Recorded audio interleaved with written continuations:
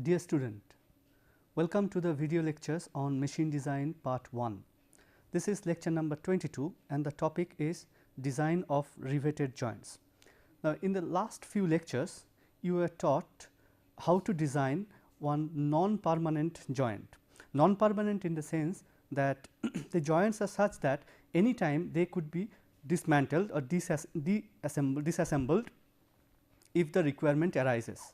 So, these are the non-permanent type joints. There is another kind of joint which is known as the permanent fasteners or permanent joints. So, let us come to the types of permanent fasteners. Again, the permanent fasteners are those fasteners where the components can be disassembled only by damaging those components. So, here these are permanent joints. Now, again the components are held by two methods. They may be held by mechanical force, that is we give a large mechanical force such that they are held together. There are two examples. One is the riveted joint, which will be the subject matter of today's lecture. The second is the press fitted or interference fitted joint. This is again will be taught in somewhat details later afterwards, but here the purpose of the joint is that we press one part into the other and make a joint a permanent joint. The components could be held together by molecular force. There may be few situations, that is we talk of welded joints, we may talk of the soldered joints, and we talk of glued joints or using the adhesives. So, these are very important joints and will be discussed later on. So, now we start discussing on the riveted joints. Now, let us come to the basic geometry and the types of rivets. We must know what is a riveted joint, how does a rivet look like, and so on. So, let us see. A rivet, it looks like the following.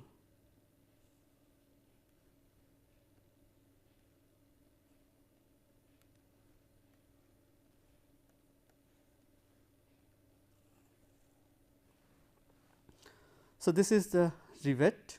Now, this part which looks rounded is known as the head, and this part which is roughly cylindrical in shape, this is known as the shank, and this one which is tapered, it is known as tail. Now, this kind of rivet is made by forging. There may be hot forging or cold forging, which you know already. Now, how a joint is made with the help of this rivet? Let us look at the joint. What we have here,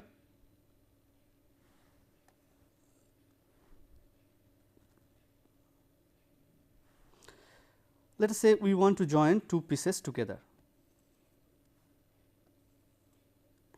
So, this is a part and this is another plate. Now, we want to join them together. What do? We first drill a hole or sometimes punch a hole. If the plate is very thin, then we should drill a hole, and also of course, if the plate is too thick, then we cannot punch because it causes lot of stress. So, we drill a hole. Now, what will be the diameter of the hole? That is again specified by the standard, depending on the size of the diameter of the rivet at the shank, that is the shank diameter of the rivet, the hole size is selected. This is selected according to the standard. What we do then? We drill a hole.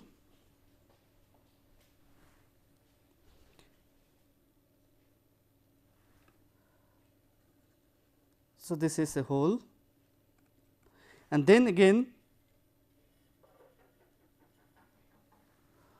we insert the rivet. This is the head part, and this is the tail part. We hold this by a fixture or a die together, that is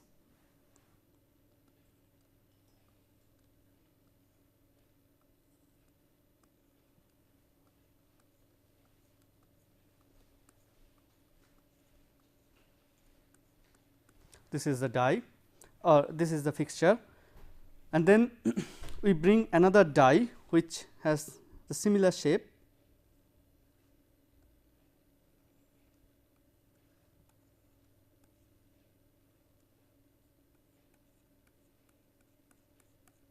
This die is brought in and then we apply pressure. Now, that could be done by hand or by some machine, some power driven system, and then it gets deformed. This tail part gets deformed, and when the complete deformation has taken place, we get the following shape.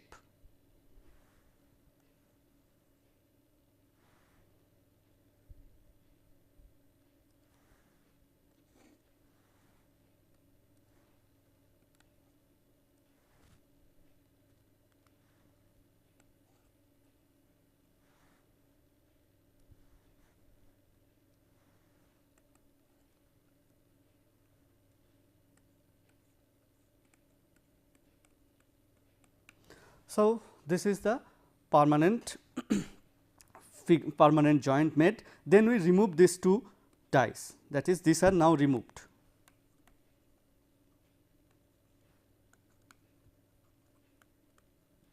This is known as die and this is to be removed. Then what we get, a joint which looks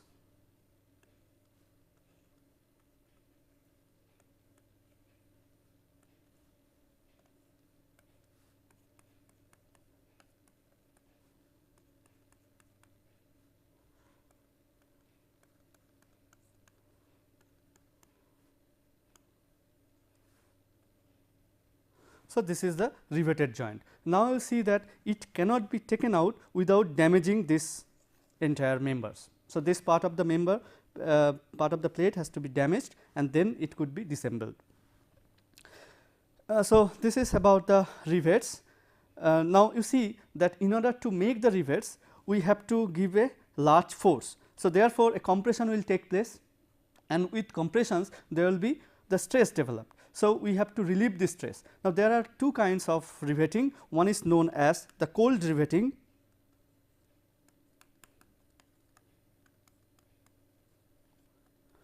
where the mechanical force is given to the cold rivet, then a large residual stress developed and we will have to relieve this residual stress by heat treatment.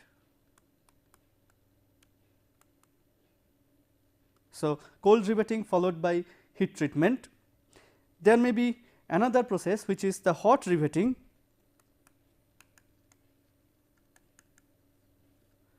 That is, first this tail part is brought to a temperature with a large temperature of let us say 1000 degrees Celsius and then it is forged. Now, once the deformation takes place, then we will have to cool it. So, there will be a tempering or quenching and tempering, then it has to be made with a specific standard, because otherwise we may get different kinds of stress developed into the member. So, these are the different types of the riveting process. Now, the rivets could be used mainly for structural joints, that is the its purpose is to take up some load, right. So, it is also used to make a joint fluid leak proof, that is the joint has to be fluid tight, and then we have to do certain extra process, extra care. So, those are named as fullering or caulking. So, we have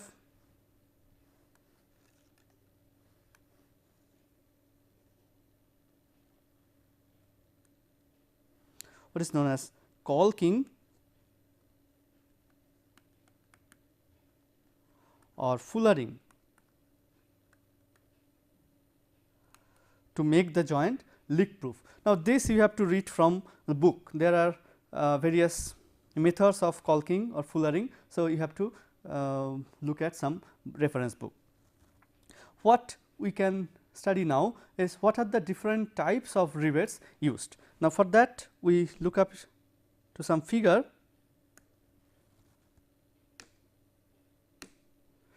Now, here these are the rivets for general purpose. Now, there are rivets for general purpose, that is to be used in the structural member. There are rivets for boilers, that is whenever we have a pressure vessels, we need the pressure vessels to be leak proof, and therefore, extra care has to be taken to make this joint fluid tight. So, there are different altogether different kinds of rivets available for the boilers. Now, let us look at rivets for general purpose. Now, if the diameter of the hole is less than 12 millimeter, then we use the following types of rivets. Again, these are made to some IA standard. There are standards available. You open up any book on machine design handbook, you will see those standards. Here you see, here the head is little bit hemispherical. So, this is known as the snap headed. We have this pan headed, which looks somewhat like a trapezium here, because this is in nothing but a conical frustum shaped. Here the diameter is d, and this diameter, that is the diameter of the head is minimum 1.6 times d. Normally, the diameter is taken to be 1.5 to 2 times of d. Also, there will be cases where we get more than 2 times, that is here you see in the mushroom head rivets we have 2.25 times d. Now, it looks relatively flat, this face. We have counter sunk head 120 degree angle. So, this is again another type of rivet where the diameter is 2 d. Again, this is flat counter sunk head, which has including angle 90 degree. We have another type which has including angle 60 degree. Then this is round counter sunk. Instead of here a flat surface, we have a rounded surface as you see here. Then we have a flat head, that is here the head is really a flat, and there is no counter sunk. Then if the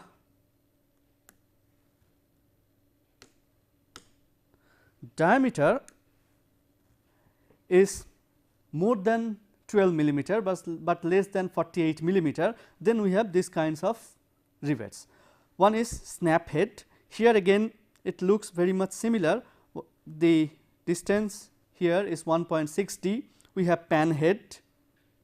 Now, this is the length. We measure the length from this part. Here the height is 0.7.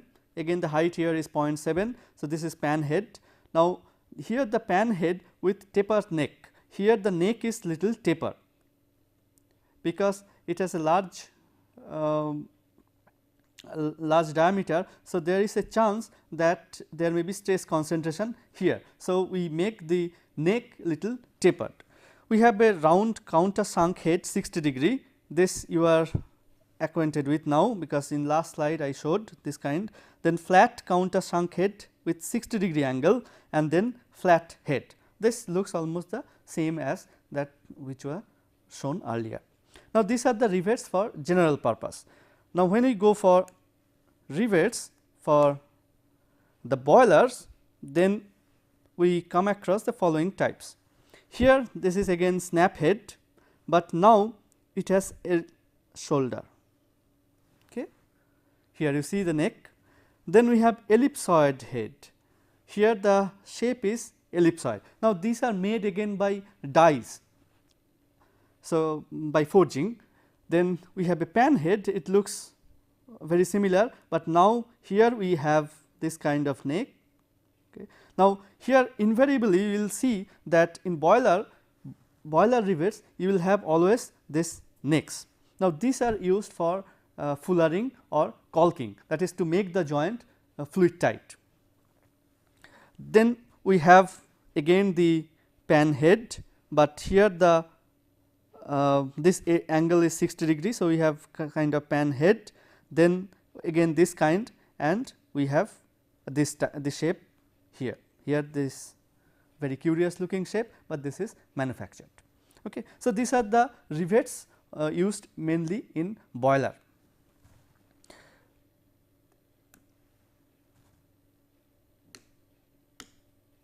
Now, we come to the point. So, we should know how many types of riveted joints are available. Now, the riveted joints are mainly of two types. One is lap joint and one is butt joint. Now, let us discuss one by one. Lap joints, suppose I want to join two plates.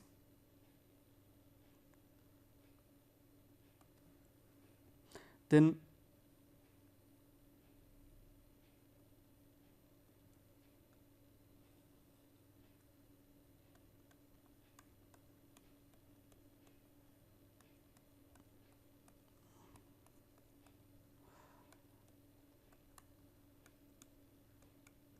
one way of joining will be to bring two surfaces one above the other and then make a rivet. So, here is a rivet.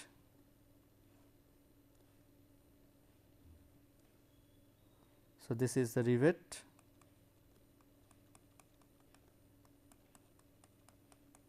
Now, this kind of joint is known as lap joint. If you look from the top,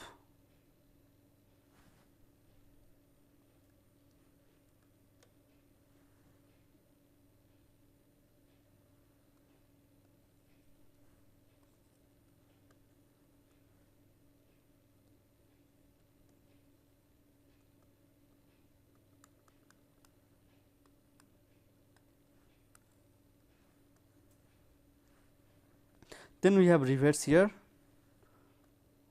number of rivets.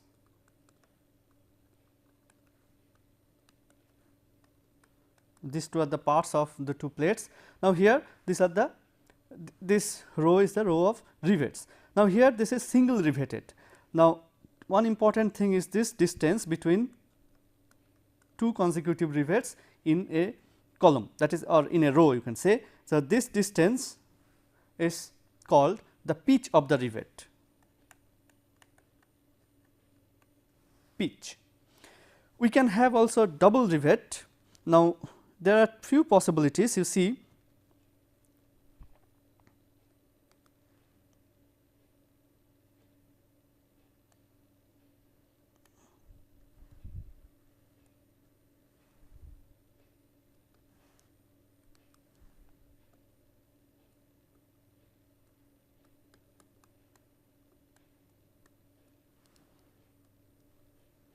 there may be a rivet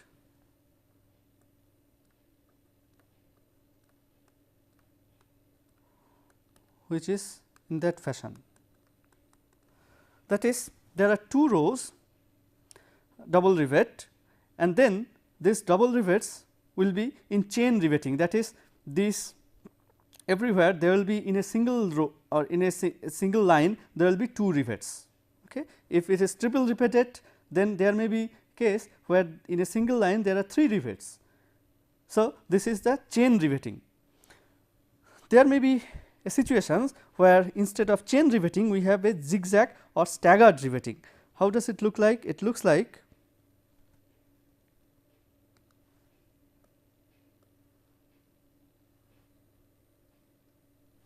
the following. Here we have a rivet, here we have rivet,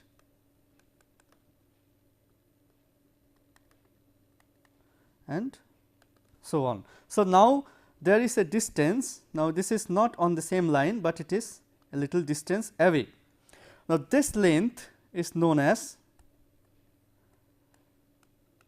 PT, that is the transverse pitch. Now, it was earlier it was pitch, now it is transverse pitch, and this length, that is P, this length, diagonal length, this PD called the diametrical pitch. Now, you see that there is a relation existing between P, PD and P T, that is very easy to derive. Now, these are all about the lap joints. There may be a triple riveted, just like double riveted, there may be triple riveted, quadruple riveted, etc., etc. Bar joints, how does the bar joint look like now?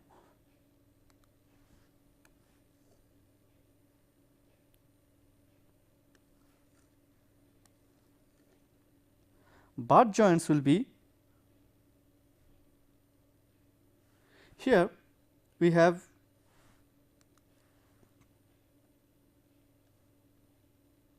two plates which are kept face to face, there is no overlap between.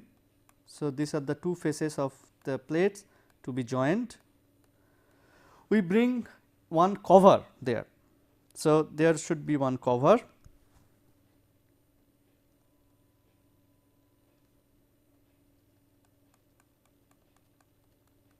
So, this is a single cover bar joint. There may be double cover also.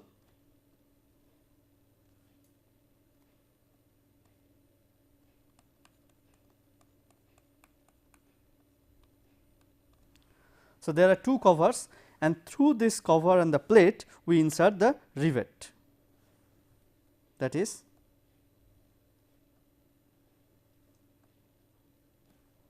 there is a rivet through and through.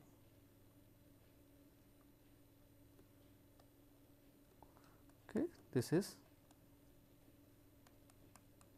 the rivet. Now, this is known as the bar joint. Now, if you look from the top, there is the cover plate, and there are two plates which are to be joined together,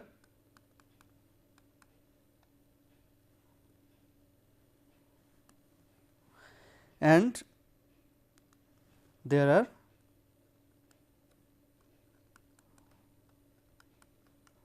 rivets throughout.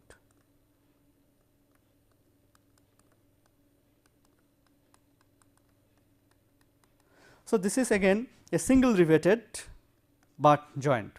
There may be two rivets, that is a double riveted bar joints is possible.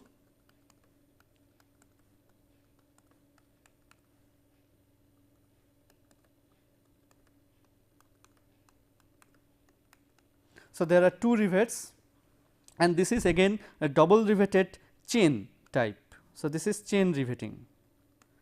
We can also have a double riveted joint which is in zigzag pattern.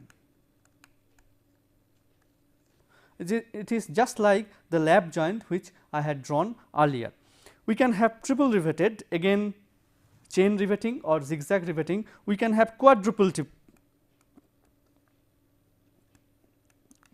riveted, which may be zigzag or chain riveting configurations. Now, these are the different types of riveted joints.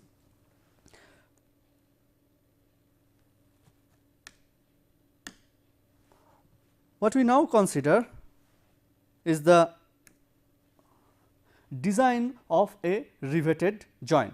Now, what you see is that suppose we consider a lap joint.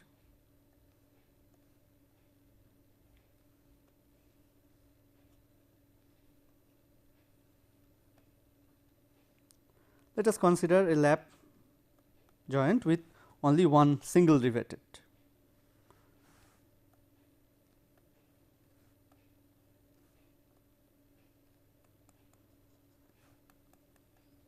Now, if you look at the plate,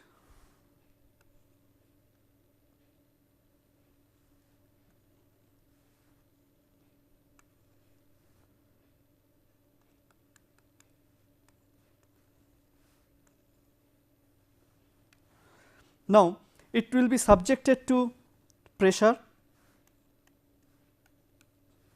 These two plates are subjected to pressures because it has to take some load. Now, we have this rivet over here.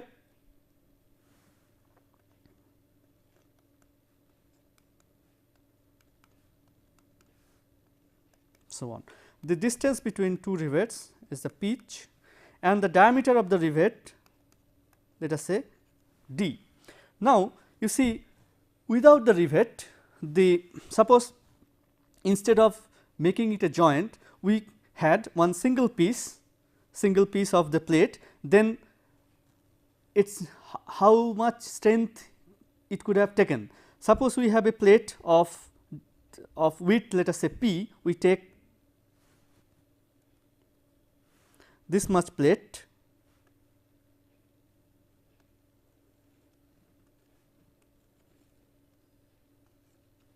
distance P, which this lies half between the rivet lies halfway between these two lines. So, therefore, if you take a plate of width P, then how much load can it withstand?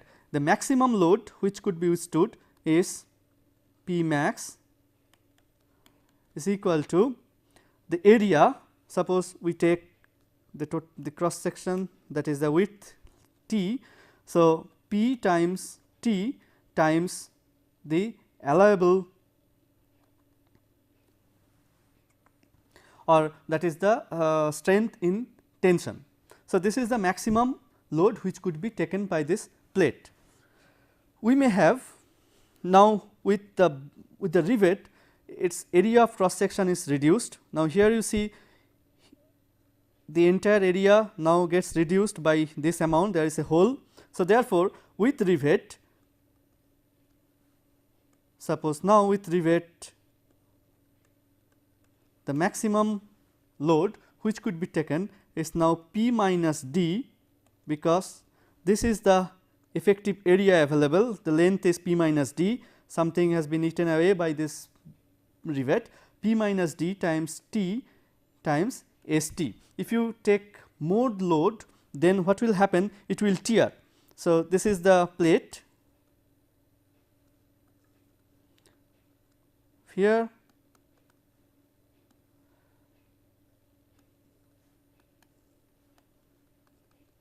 if you pull it, then it may tear somewhere here. So, it will tear. So, in order to prevent this tearing, we will have to restrict our maximum force to this limit. Now, sometimes we talk of the efficiency of the plate. Now, here what is the efficiency of the plate? The efficiency of the plate is the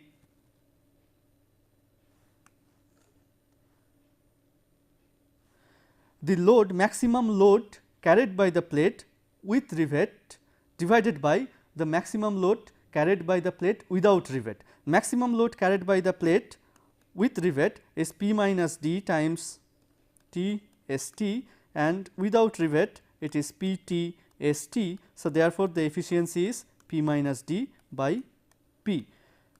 Now, so you see the efficiency is very important, because the maximum load capacity has gone down by some amount. So, while designing a joint, we will have to design such a way that the entire load, that is the thickness or some other parameters has to be chosen, taking care of this efficiency or the fact that the joint has been weakened by introducing some foreign elements like rivets. We can have also other types of failure. What you see here is the failure of the plate. Now, the joint may also fail by shearing, that is what we see next.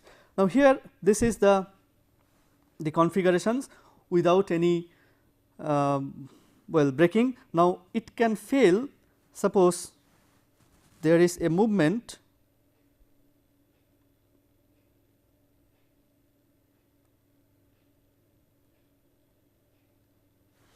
So, suppose the P is such that it moves this way.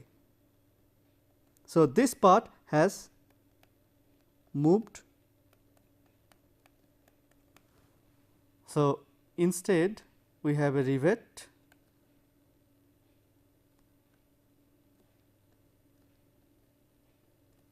Now, it was subjected to force. Now, when we make rivets, it is subjected to the normal force, right. So, there is a compressive force between the rivet head as well as the plate between two plates, and as well as here between the rivet plates and the head. So, therefore, a lot of friction force will be developed, and when we apply small p, so this p could be taken by this friction force itself, but if we increase the p, then the friction force gives away, and then because there is always some clearance between the rivet diameter and the hole diameter. So, therefore, one part of the plate will be in contact with the rivet and the other part of the plate will be loose. Similarly, for the lower plate, the opposite part will be in contact and the other part will be again loose. So, therefore, when we have this kind of situation, if P is large enough, then we have the force distribution something like this. Force distribution on the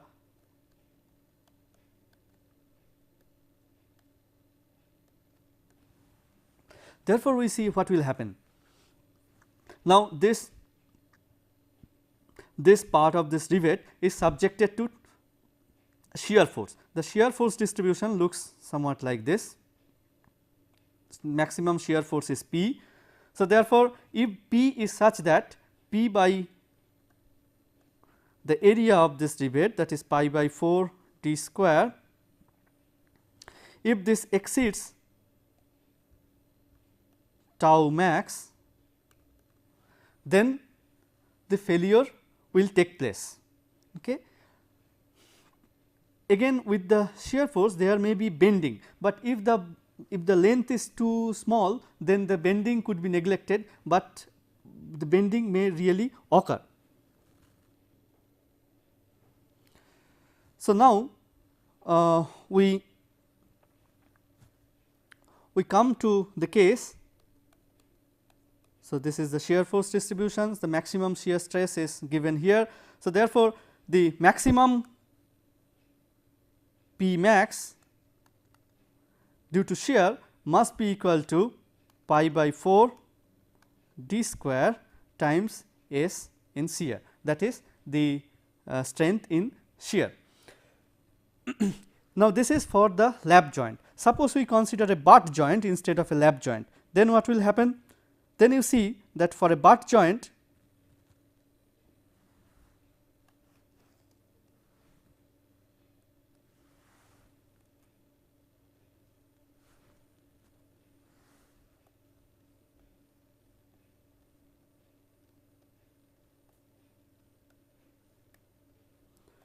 we have cover plates and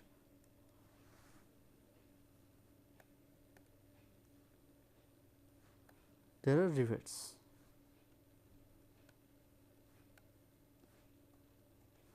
Okay. There are again a single butt joint.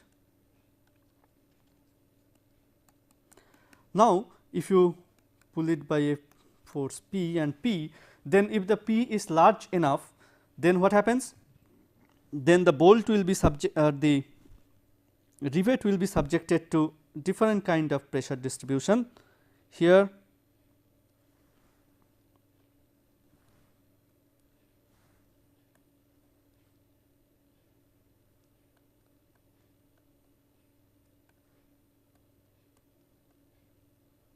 this is the rivet,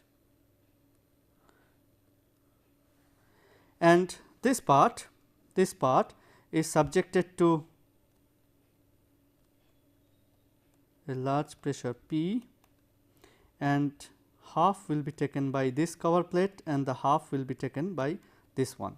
So, therefore, now we have the maximum, that is here the shear will take place, and we have the maximum shear stress to be now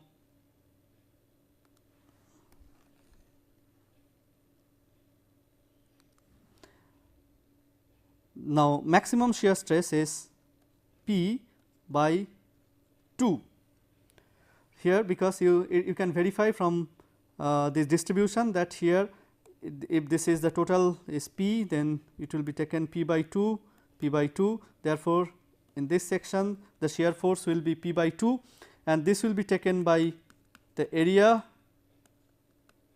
and that must be less than T max. So, therefore, the maximum load that can be taken without shearing the rivet is now, so P max in shear will be equal to twice pi by 4 d square S S. So, now this is in double shear.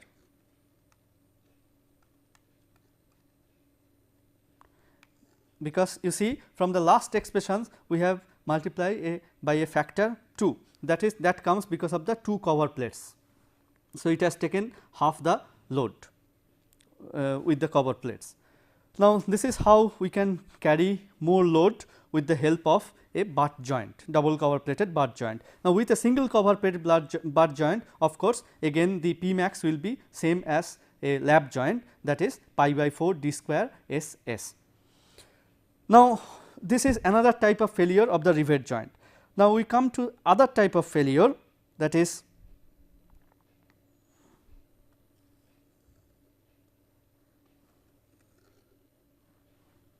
when you look from the top on one joint, then what we see is that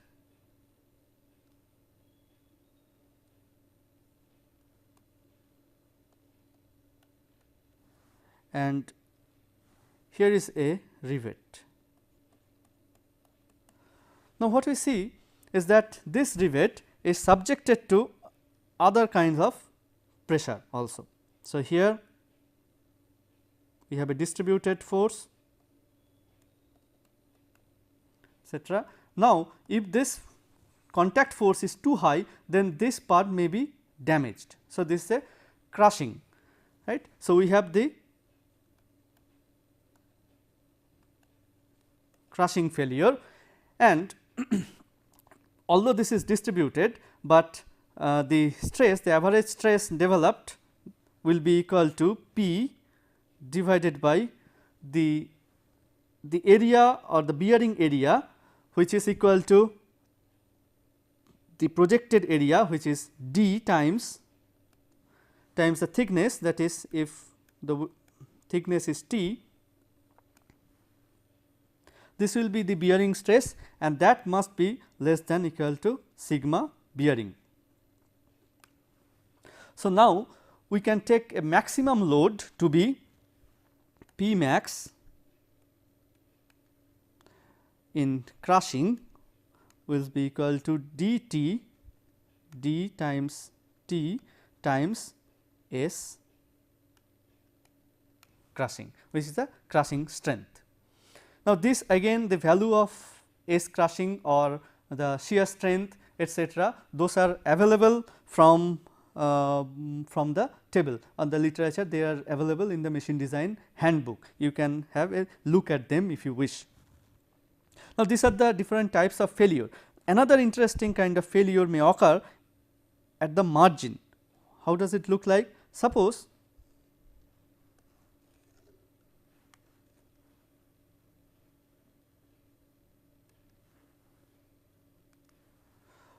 we have a plate and the rivets are placed here.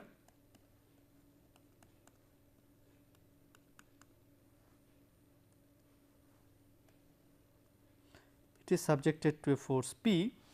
Now, if this length is known as the margin M, now it may happen that if this length is too low, that is M is too small, then the failure may take place here. So, entire thing may shear off. Okay. So, therefore, this kind of failure again can be prevented if we take M sufficiently large, and normal practice is that M is to be taken more than 1.5 times the D. Normally, it is taken to be 1.5 to 2 times D. So, if this safe distance is kept, then this failure could be avoided. Now, these are the types of failure for the single riveted joint. There is one thing called the joint efficiency, and this is defined that way, that is, we now define the joint efficiency. Joint efficiency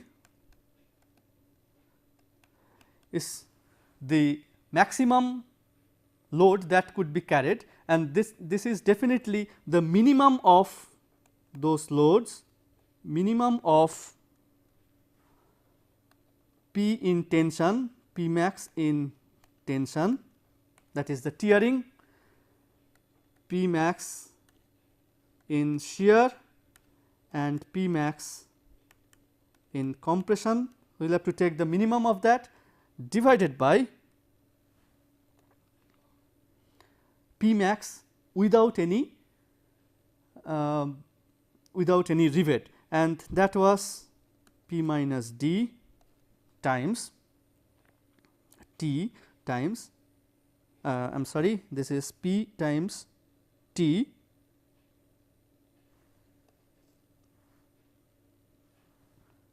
P times T times S T.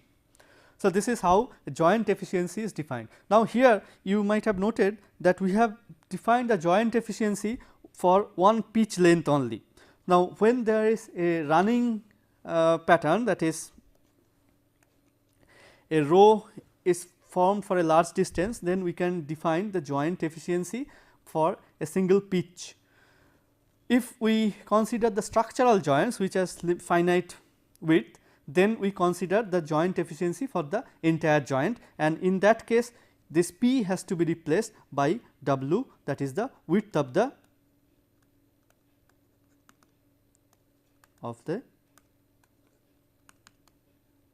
joint. Definitely this is the total load taken by this joint, had it been one single plate and not the jointed plates. Okay. So, this is how efficiency of the joint is defined, but we have defined the failure patterns. We have discussed the failure patterns for a single chain, but if there are more number of chains, then various interesting and many other complicated things may happen. Take for example,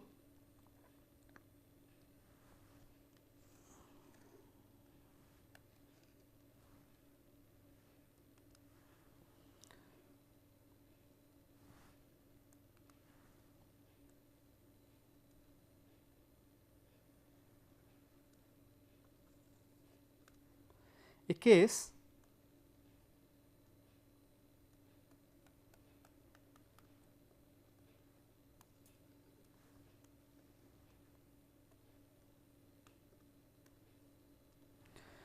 where there are more number of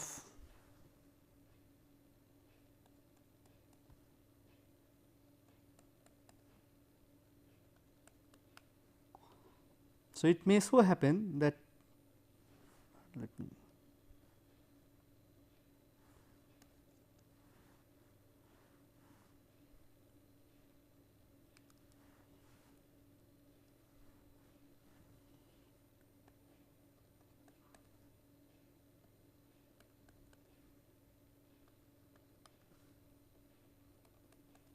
and so on.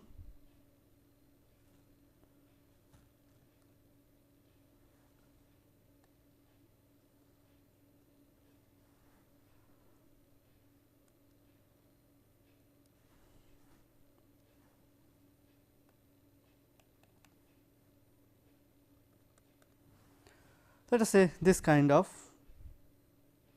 case.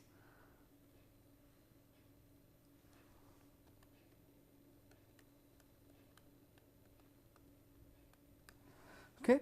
Then this is the pitch, this is the pitch, and there are more number of rivets in the second row than the first row. So, therefore, how many types of failure could occur? Suppose the P is large enough,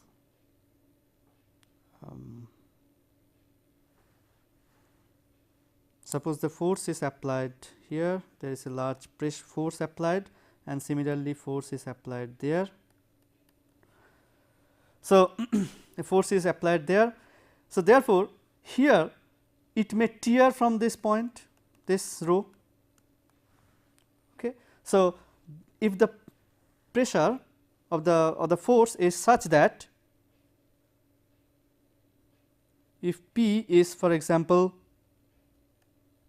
greater than P minus D, now again we consider the part of the joint which has width P. So, therefore, if you consider this part, then here the cross section area will be equal to P minus twice the radius of these bolts, because there or the rivets, because there are 2 rivets which participate, half of which participate every time. So, this is P minus D, this distance, and this times T, the thickness of the plate, times S T. If P is greater than that, then what happens? Then this part will be torn, but there are other possibilities also. Now, it may so happen that this part does not get torn, but something else, that is here suppose this row tears,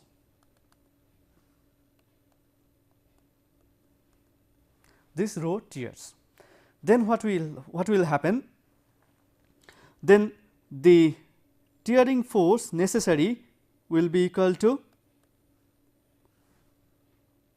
the tearing force necessary will be P minus 2D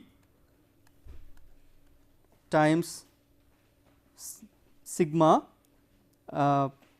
times T times S T, and then once it gets torn, but it can be torn only by crushing or shearing of this. So, once this happens, then it is to be sheared. So, the shearing takes place, and therefore, the net force taken for shearing will be equal to pi by 4 d square times S S. So, this is the net force required to tear this part. Okay. So, we can define the efficiency, that is the force required for the joint to be broken divided by the force it can withstand. So, we will have to define the efficiency by using this formula, that is, this is the P maximum which could be taken. In a multiple, that is single or double or triple rivets, then there arise many such kinds of possibilities. Again, we have, when we have different rows, then the joints may fail by complete shear or complete crushing. How does it happen? Let us see.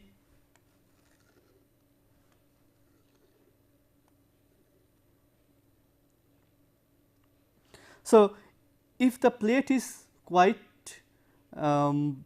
tough, but the joint is not that hard, that is the weak joint, then what happens? All the rows or all the rivets could be sheared, and what will be the net force, that is the maximum force which could be withstood, that is P max when everyone gets sheared will be equal to the total number of rivets participating in a single pitch, that is 1, 2, half from this, that is 1 and 1. So, there are 4 rivets, complete rivets, therefore, 4 times pi by 4 d square and S S, or if the crushing strength is low, then instead of S S we will have to write S C, that is the crushing strength. I am sorry, then of course, this will be different, let us not then hurriedly make this statement. It is, if it is now covered by it is a barred joint, now it is a double cover. If this is a double cover, now this is for the single cover or maybe for the lap joint for a double cover. So, this is for the single cover.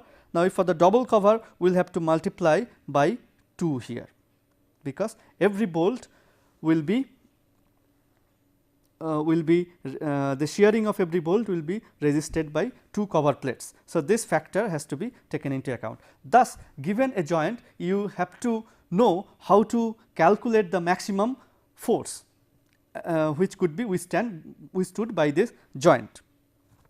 This is how we can go for designing.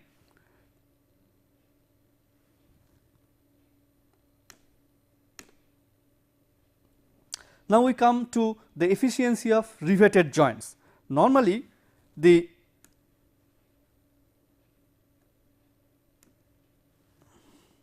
types of joints, now there may be lap joint, single rivet, double riveted, triple riveted.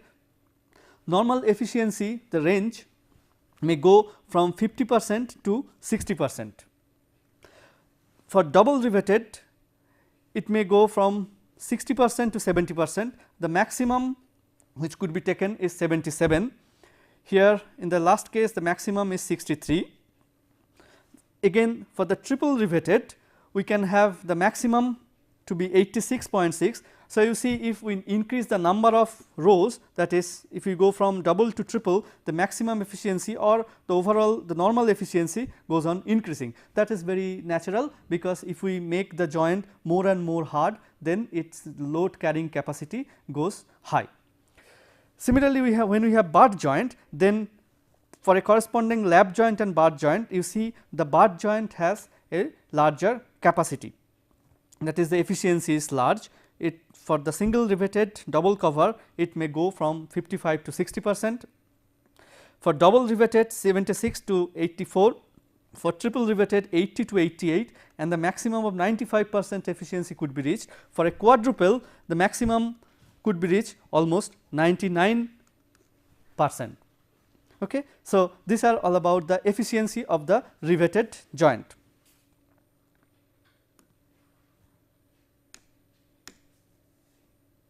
Now, we come to the different standards related to riveted joint. So, we have the materials of rivets. Now, we know that general purpose rivets, they are made of steel or aluminum. Now, we have seen from the manufacture how the rivet is formed, that the material has to be hard, otherwise it will break, but at the same time material has to be somewhat ductile. So, the ductility is quite important. For the general purposes rivets are made from the steel, which has to conform these two the specifications given in these two codes. So, we must always refer to different codes, otherwise no design could be accepted in this national standard. The boiler rivets, which has to be enough strong, that is the fluid tightness has to be considered. Then we have to consider a different standard. Then this is given IS 1990 1973, it was formulated in 1973. The strength and ductility of the rivet materials, as I said, it must be strong. So, the minimum of 40 megapascal is required, as well as the elongation has to be at least 29%. Again, the specification tells that it has to be heated to, let us say, 650 degree centigrade and again cooled, and it must retain this kind of properties, that is the elongation is 29% and sigma t, that is the strength, is tensile strength is 40 megapascal. The rivets and rivet hole sizes which I talked of has a standard 1928 1961. So, these are the standards which are to be used. Now, we have known the various aspects of riveted joints. Now, you know how to calculate the strength of a riveted joint, how to calculate the efficiency of a joint, what kinds of rivets are to be used. Now, here is a homework problem for you, which of course, you have to the answer will be provided next class, but what it says that a double riveted lap joint with zigzag riveting, that is important, we need to have zigzag riveting designed for a 30 millimeter thick plate, assuming the safe working stress in tension, shear and compression are 80 megapascal, 60 megapascal and 120 megapascal respectively, find the efficiency of the joint. So, here we need to joint 30 millimeter thick. Now, here I tell that the diameter of the rivet will be more or less this T in millimeter, when T is greater than, T is the thickness of the plate. Now, if it is greater than 8, then we can use this formula, which is called the Unwin's formula. Now, once we know this D, then we can refer to some handbook and get the efficiency of the joint. So, this will be provided, the solution will be provided next class. So, till then I take leave. Thank you.